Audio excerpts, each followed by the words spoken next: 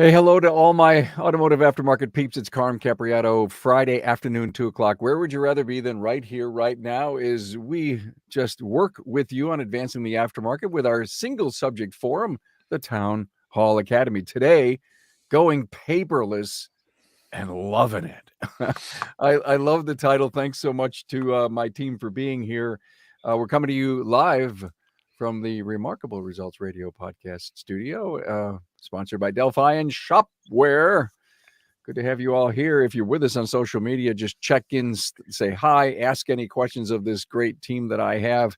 We can see your comments here inside the studio.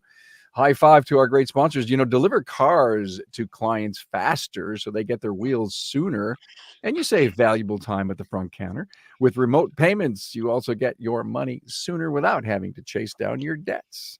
It's just another reason to get shopware.com. Hey, join ASE certified master technician and senior Delphi Technologies instructor Dave Hobbs. He's got a lot of online courses going on, and he'll be providing technical training on Delphi's top fuel diagnostic tip.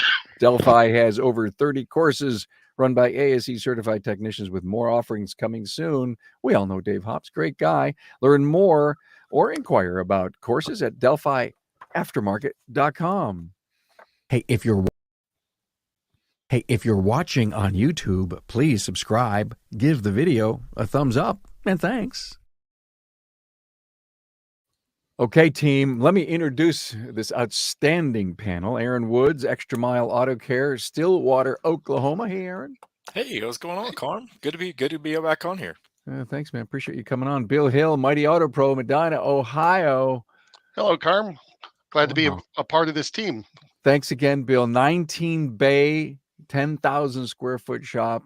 I just, you're so close to me, probably maybe 3 hours. I got to stop and see you. You always say that. We can share scotch.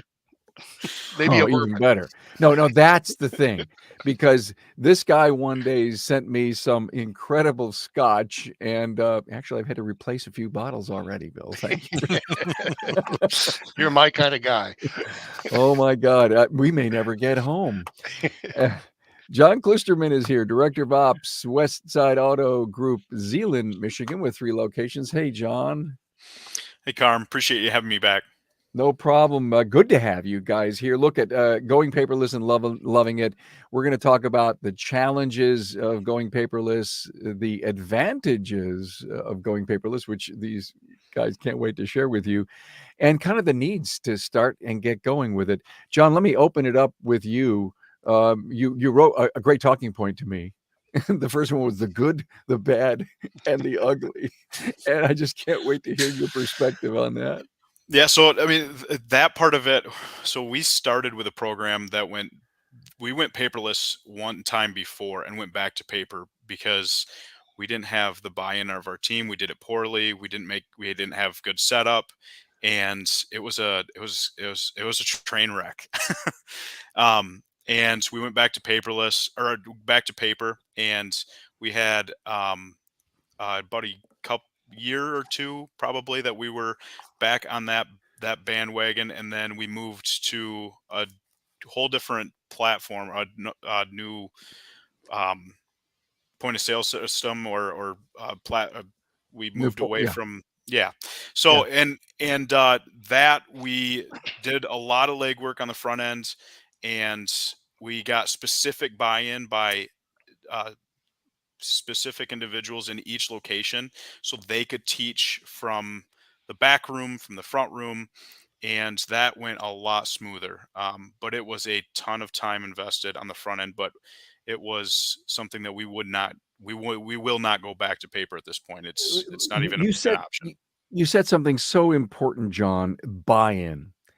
And I have heard in meetings, who's doing DVI, and a third of the room's hands go up and the other 2/3 don't. And then I say to the other 2/3, why not? You own the business. What's going on? And I think being paperless or being, going full DVI, it seems to me that there's a selling process in this. And you could pound on a desk all day long as we're doing this and leave, and they'll let them figure it out. Or you could be, explain to me the process, team, because I think people that are sitting on the sidelines watching this show and says, I got to get there someday. But what's the magic of getting the buy-in? I think from there's, of course, you have different operations within the shop, right? You've got the front counter, you've got the back production shop.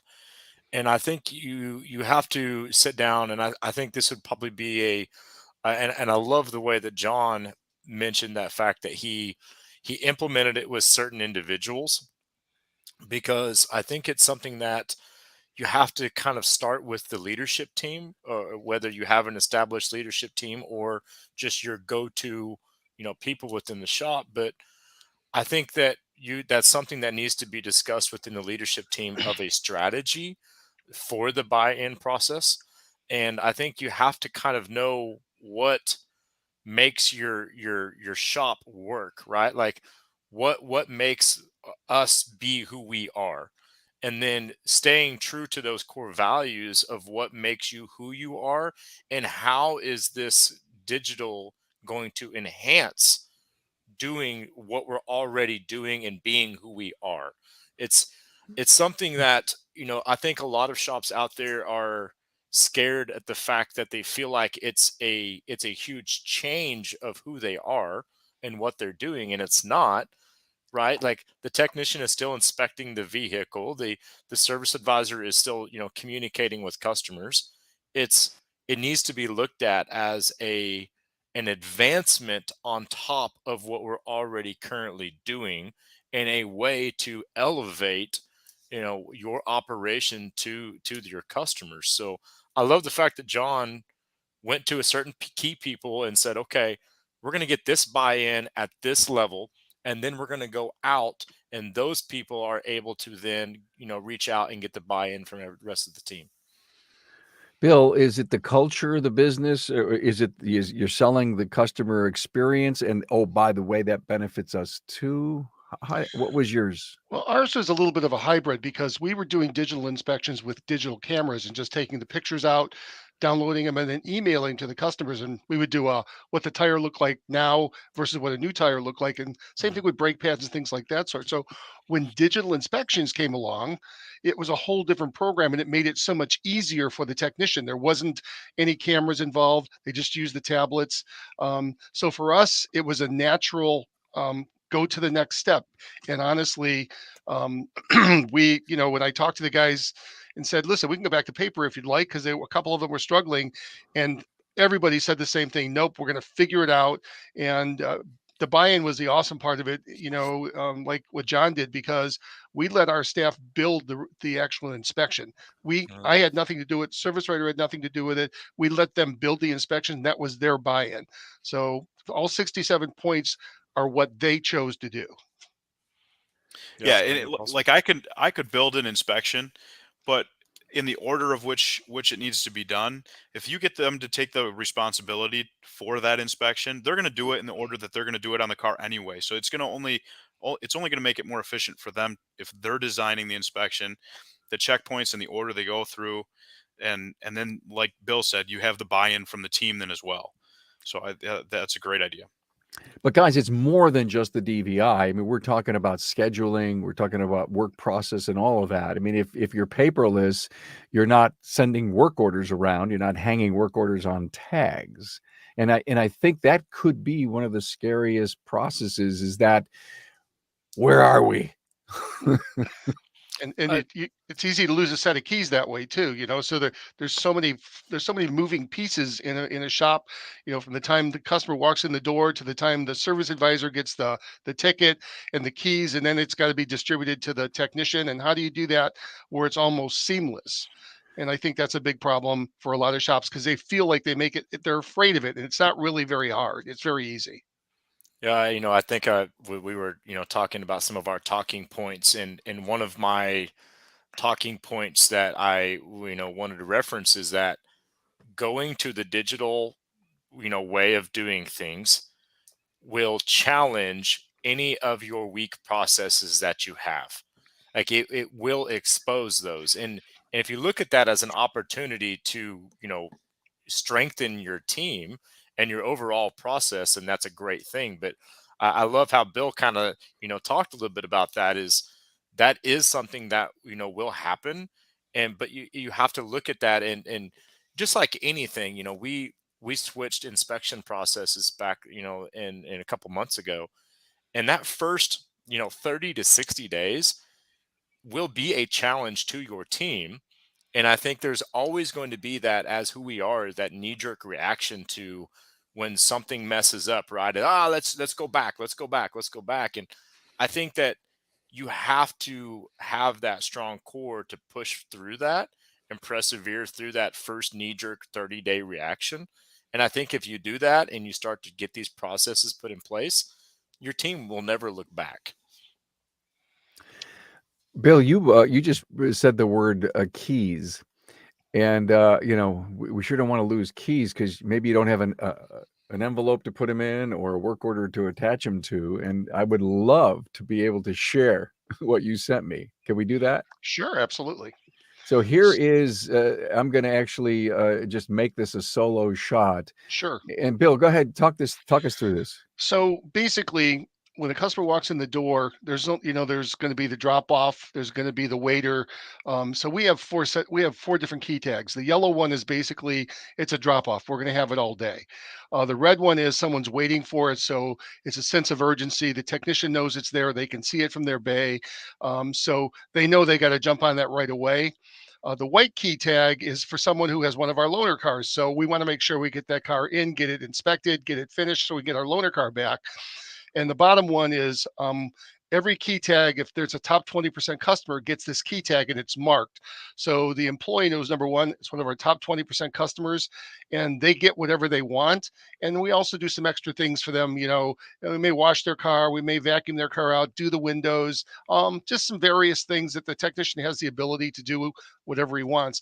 And what we do with this is it basically, every key tag gets taken to the service advisor, and then he distributes it, and it actually gets hung on a rung, where each technician has his own set of rungs, and it's like basically five little hooks that we hook him on, and he can see where he's at any given point in time. It's a great idea to color code it, and to be sure that the keys have a home. Yes. And nice system. I don't mean to interrupt, sorry, but the magic to this whole thing is we've been doing this now for about 8 years. I'm going to say, I'm sorry for this, we have never lost a set of keys. I know, I'm sorry, I said that. I was going to say, that's one of the first things that if you pull the trigger and you go to the digital, one of the first things I was going to say is get a process for keys. That is like numero uno type Absolutely. of process there, because it can happen. And I love this idea. And I think that having a process for keys and having a good process for tablets and things like that, once you get that, few core things put together, the rest of it just streamlines. It's no different than what the technician's already doing. And the one thing that I didn't mention on the one key tag, it showed the invoice number, so the technician knows what the invoice number is if he has to go check something out, make sure what kind of car it is, that kind of thing. So it just makes it very simple. I'll add that back to the stream. There's the invoice number. Correct. Wow. Think, colors. What a fantastic idea. Not just a key tag, but a key tag that means something. Brilliant, Bill. Thank you.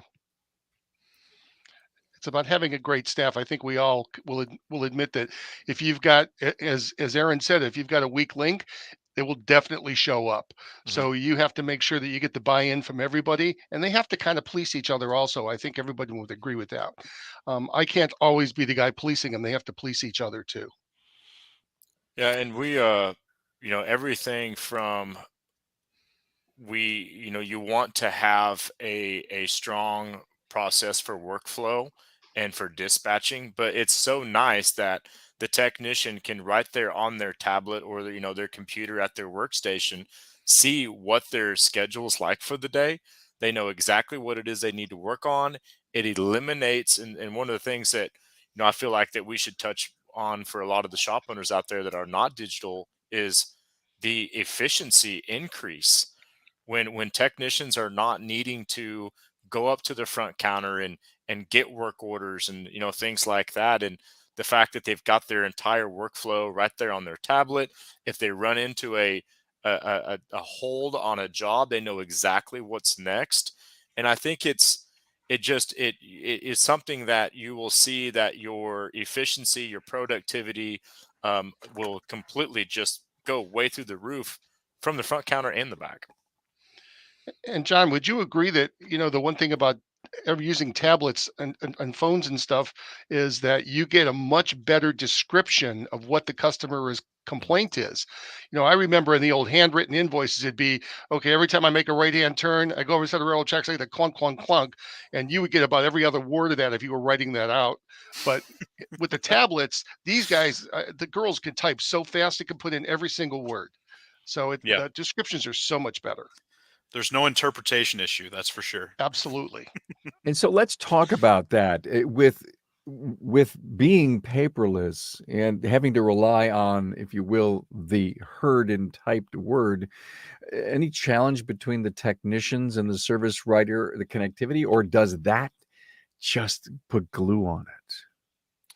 You have to you definitely have to find a system that works for you. We added an instant messaging platform on every one of the tablets or phones that the team is using, so that they can communicate with any member of the team at any time.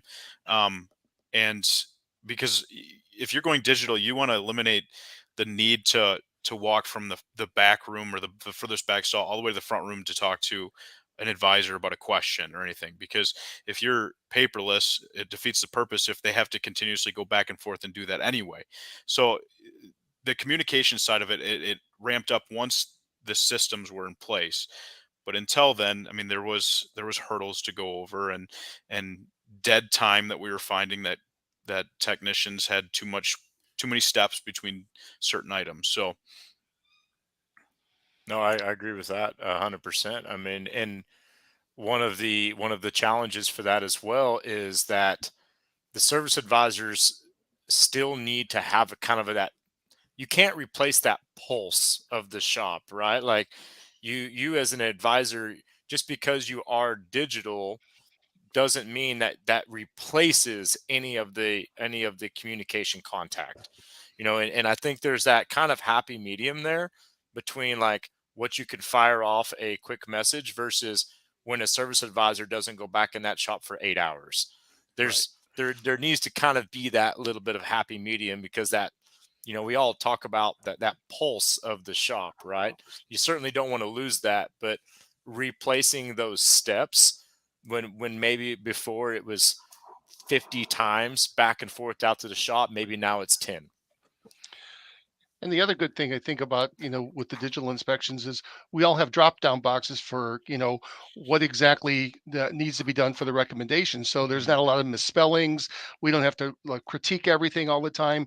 Once we set them up, there's a drop box down. They can drop it down, click on it, and walk away from it. It makes it much faster. It's much cleaner, and it's and we're the ones building it, right? So the best thing about that is we know it's going to be perfect because we can take as much time as we need to build it. Absolutely. Hey guys, I'm going to stop this incredible dialogue, come back for our segment A here. Let's give a high five to our great sponsors. It amazes me how much 5-star reviews make or break a shop. Get more customers falling in love with you when you offer them complete convenience and transparency with the industry's leading shop management system. On the web at getshopware.com. And trust in the aftermarket supplier that makes the parts the cars are born with. With over 100 years of OE heritage, Delphi Technologies quality parts gives you peace of mind. Learn more at delphiaftermarket.com.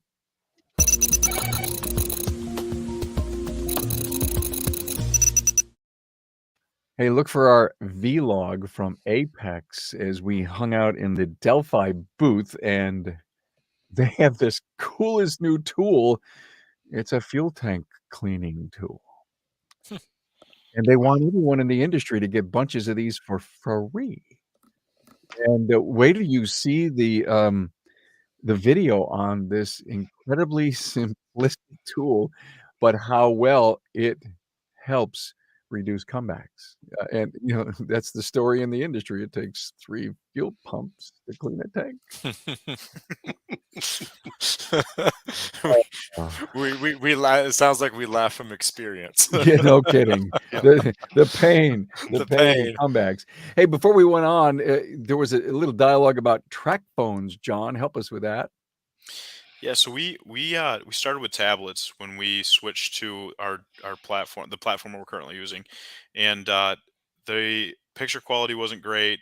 They were bulky. I'd walk in the back and you'd see a technician holding a flashlight next to his tablet trying to take a picture, which didn't make sense at all. So we started exploring different options and ended up settling on just cheap track phones that were Wi-Fi enabled that we could buy offline, and we put a cheap um, case around it, and they work great. I mean, the technicians can throw them in their pockets. They jump in a car. We've only had one get left between a seat and a center console and a customer's vehicle so far, but they're just much more convenient to hold with one hand, and the guys seem to like them a lot more. So it's worked out really well. So I have to tell you guys, I dropped my phone recently, and I had to go to the store and painfully get a replacement. Ugh. Well, Carm, we can give you this kind of a rebate, and so oh wow, $800 on a $1,200 phone, and I says $1,200 phone. What is it? Does it communicate with Mars? Anyway, all I got to tell you is the camera on this Mhm. new phone is so incredible in low light. So if anyone has low light issues and under the hood stuff, the newer the phone, the better the light's going to be instead of having to hang out with a flashlight. Just my 3 common sense words. Bill, talk about an appointment calendar and the importance of making that work inside the business. Well, for us, the appointment calendar is our lifeblood, right? We basically schedule everything, so everything is color coded. So if it's a drop off, it's going to be one color. If it's a waiter, it's another color. If it's a loaner, there's a picture of it.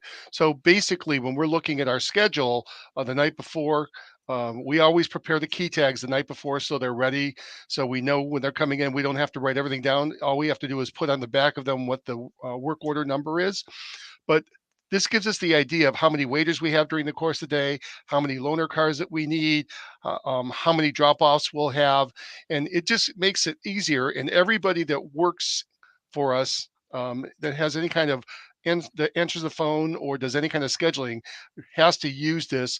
And I have to tell you, it was a little painful at first, but when you talk about challenging leadership skills, this was challenging because nobody liked it. Everybody had loved the written calendar, but this thing has been a lifesaver for the last 3 years now, and we live and die by this thing, and it does a great job for us.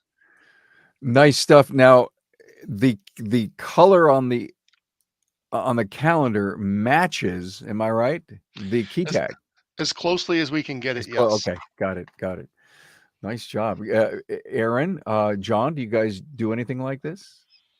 We use our digital scheduling thing as well. Of course, we come in and then we sort it. Our colors are by technician, and so that we can come in and have a good workflow idea of the hours, per each technician, and then that way that we helps with our dispatching system. And we do key tags that are similar. I love actually Bill's idea of the top 20 performer having their own colored key tag.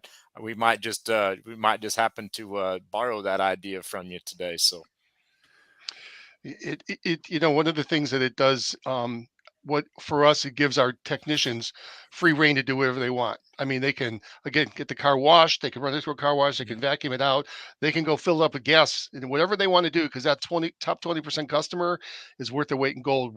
I think we all realize that. So I agree 100%. It's a great way to identify them. Unbelievable idea. So guys, equipment. Now we did talk about track phone. Aaron, what are you using as hardware to make this work? Is it tablets? Is it phones? We're currently using some tablets right now. We were using some phones, but we wanted to kind of transition away into something that we knew could work for our entire system. And what we were finding was with the phones and our inspection platform, we use AutoVitals, is that the technicians were still needing to utilize their tablets because they couldn't clock in and clock off of the jobs to track efficiencies with their phones.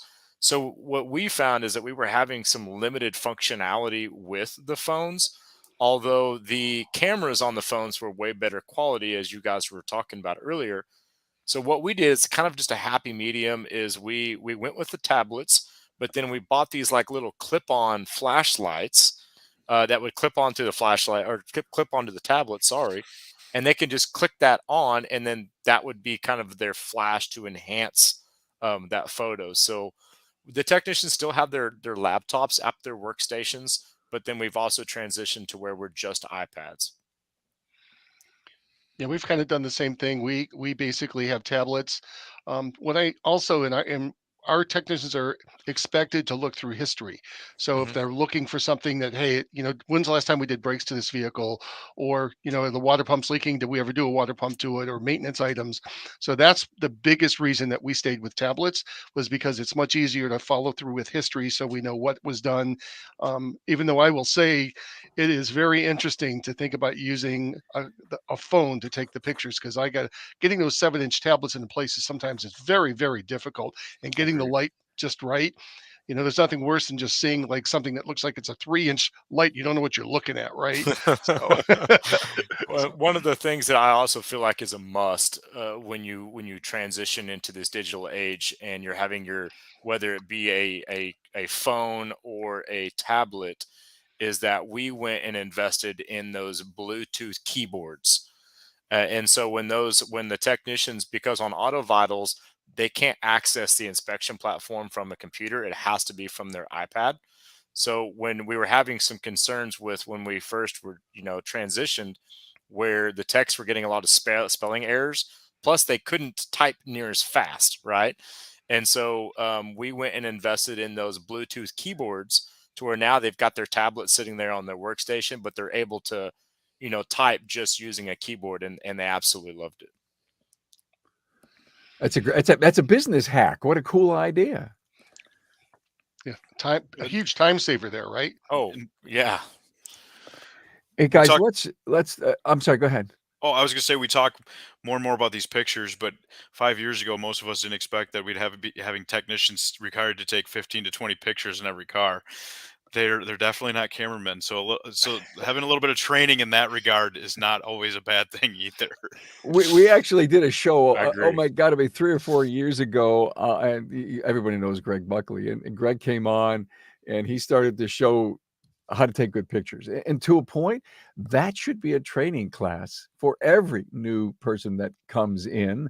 Even the service advisor should know what a good picture is or isn't, and if not, help steerage for good pitch. Look at this is big. It's important. We've talked a little bit about buy-in, but let's talk about that customer angle. Do the customers recognize or feel that you've done something different internally? Uh, I can only say this: if you train your customers to expect that digital inspection every time, and then you don't send it, Mhm. beware. and that Yes. and I just had that happen to me yesterday because I forgot to send an inspection, and she came in and she says, "I didn't get my digital inspection. Where is it?" And first thing she says, "Is there something I don't know about?" So, um, believe me, when and I think that all three of us will tell you, if once you start sending them and you don't send them, you're going to be very surprised how many people are going to call you and say, "Where is my inspection?" Has any customer come up to you and says, "Wow, how quickly you got this done," and it could be a result of the fact that you guys are seamless when it comes to moving paper. I think it raises the level of professionalism across the board, right? And however, customers can perceive professionalism from different angles, whether it be speed of service, or the appearance of your service.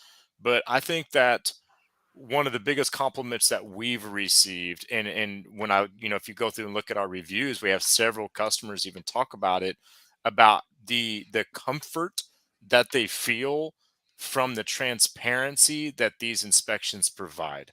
And we're in a college market. We have a Oklahoma State University here, so we deal a lot with where we'll have the student dropping off the car, and we're dealing with or communicating with the parents that are in another state. And so being able to send these inspections out to the parents and having them being able to see exactly what's going on with the vehicle, it bridges that gap of communication and it bridges that gap of trust.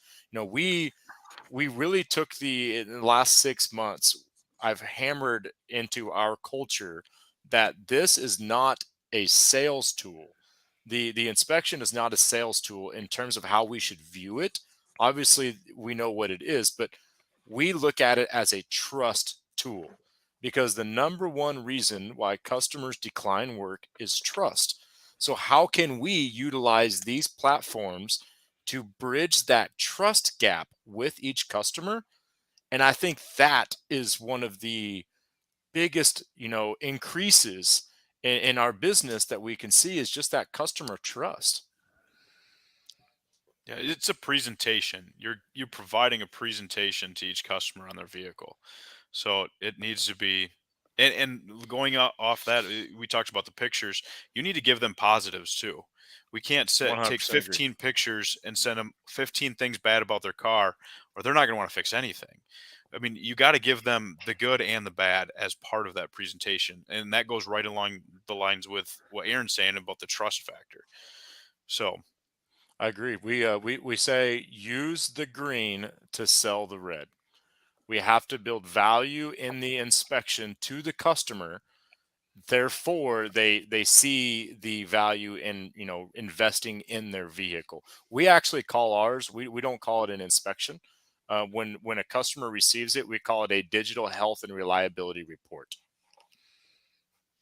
Very nice. Yeah, we did a show on what to call a DVI, because again, Bill, was it used? The customer wanted to know, where's that DVI? Right. Can you imagine having our customers accept all the acronyms that we use in our industry? I don't know what it means, but I love seeing the pictures. But one of the other things that I thought would be important to touch base on is, what is the number one thing that always gets talked about in our industry is the biggest problem that we face as shop owners, and it's technician shortage, right? Like everywhere you go, we talk about the tech shortage. Well, these newer technicians that are coming into our industry are in their early to mid 20s. They're born into this tech savvy world. So if you want to incorporate being all digital into your recruiting platform, when a young technician comes into your shop and he sees that you've got these tablets and you're completely digital and you're doing these digital inspections, that's a huge recruiting tool to these young talent that's coming out into our industry.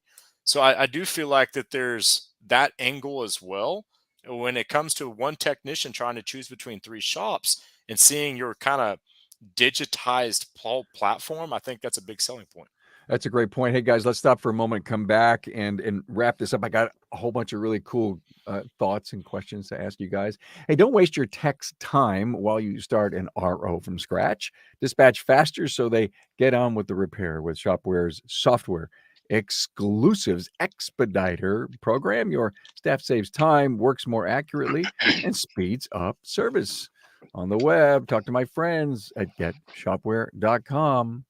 And are you up to date on your training? Delphi Technologies is proud to offer over 30 courses run by ASE certified techs for professionals. Now, turn to the OE aftermarket supplier with over 100 years of experience and that fuel tank cleaning tool. Inquire at delphiaftermarket.com.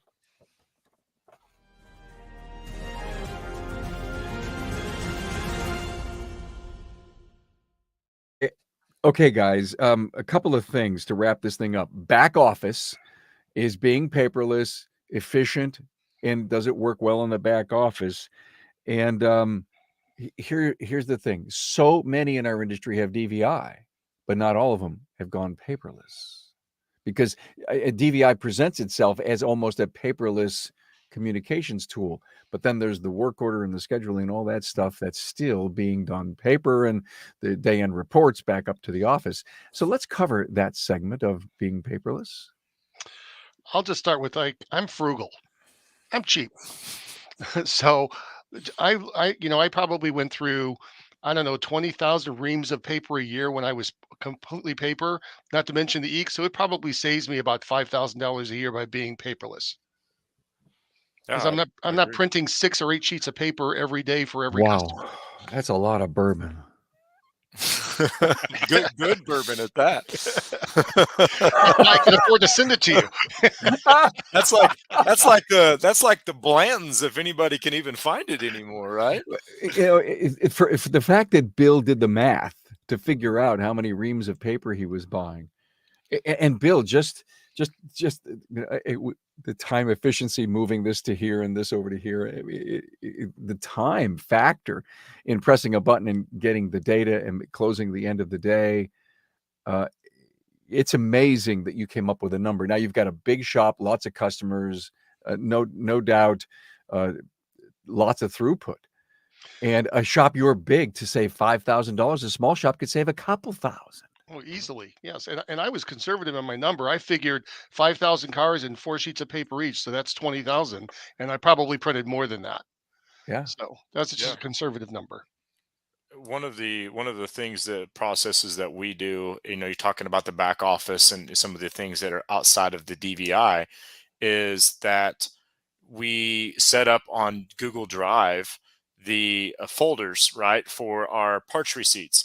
So like that's a big question that a lot of people ask me, is like, well, what do you do with these parts invoices, right, if you're all digital?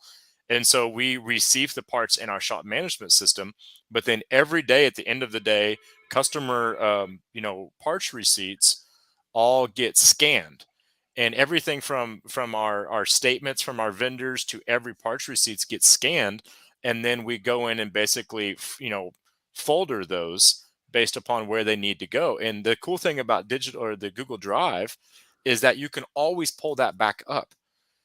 Google Drive, looks at each one of those papers that comes in, and I can go into my Google Drive and type in a PO number and find every parts invoice that's been associated with that.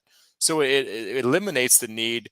Then at that point, we just kind of get rid of everything. So there's that, scanned side. You're going to need to invest in a scanner, put a process in place to scan those documents. But as of the actual just tickets, I would say that that's all available on their tablet or their laptop. And then we put a place in our inspection platform for a technician to input a parts list for any types of repairs. But outside of that, I don't know that there's ever a need to have these printed work orders. Makes all kind of sense. Are you guys living in the 300% rule on DVI? I have a 400% Absolutely. rule. You do? What's the other 100?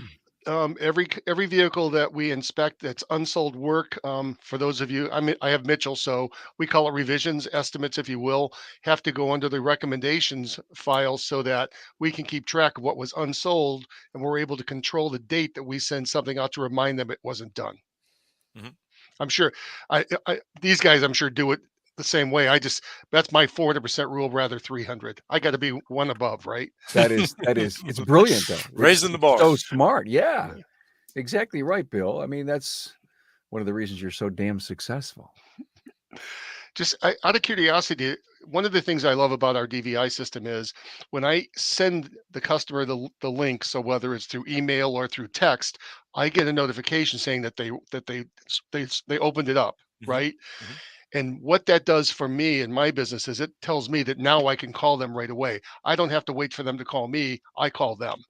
And it saves us time. I can't even imagine how much time it saves us during the course of a year. We're not waiting for that customer to call us. We're calling them. And then probably 70% of the time we get a hold of them right away. I don't know. Do you guys experience that same thing? We do. One of the analytics that I love, and it really tracks about how well your inspection is put together, is if you are able to track how long a customer views that inspection. So not just about if they've opened it, but how long have they viewed it. We have like kind of an analytic that we put together that we feel like the closing percentage goes up after 3 minutes of viewing that inspection. So being able to know that how a customer, viewed that inspection, and I think our ultimate goal, like our what we try to strive for, is to send an inspection that's so well put together that a customer texts you and says how much to fix it all, and then your advisor says your total investment is XYZ. It'll be done on Friday, and so that streamlined efficiency. It's getting that information to those customers' hands and being able to track that process. Well, guys, I want to go around the room and give you, if there's anything else that you had in your talking points. But before that, a little homage to my daughter, Tracy, for an award that she won from at Apex. Awesome. That's awesome. The Women in Auto Care Award for a great podcast that she did, her first ever, and she was honored for it. And she's standing next to Christy Hudson, winner of the Woman Shop Owner of the Year. So congrats to Tracy for that, and of course to Christy. So Aaron, Bill, and then John, let's go around the room. Aaron, anything that we didn't cover you'd like to bring up? I think that this is a tool that when you implement inside of your business will increase your productivity, your efficiency, your culture, and your overall profit and gross sales. Wow. Okay. I'm in. Where do I sign?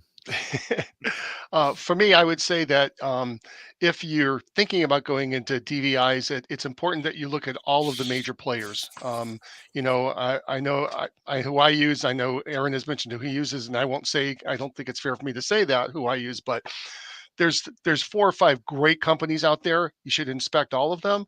And the downside of digital inspections for some people is they hate the idea that they feel like it takes too long. That's not true. If you do a good, thorough written inspection, it's still 15 to 20 minutes, and a good DVI can be done in 15 to 20 minutes, even with 15 to 20 pictures, which is, I think, what I read John requires, if I'm correct. So don't be afraid of doing it, because it's not a time suck. It's a money maker. There's no question. Thanks so much. Good stuff. And John, you've got the last word. Yeah, I'm going to build off of what Bill said and say, don't rush it. Take your time selecting the right one the right one for your company, and then take your time with the processes. Make sure that your process procedures are all set in the front end, that you have all your can jobs and all your everything set up in the system, because you could lose buy-in in your organization very quickly if you aren't prepared. And don't leave it out. I mean, once you're committed, commit to it and stay on it. Mm-hmm. Because if that's how we lost it the first time, is we left an out, and our team took it, and it set us back. So, well, yeah, you've got a great learning curve there, John, and thanks for sharing that. Hey, thank you all so much for being here, going paperless and loving it. Aaron Woods, Extra Mile Auto Care, Stillwater, Oklahoma.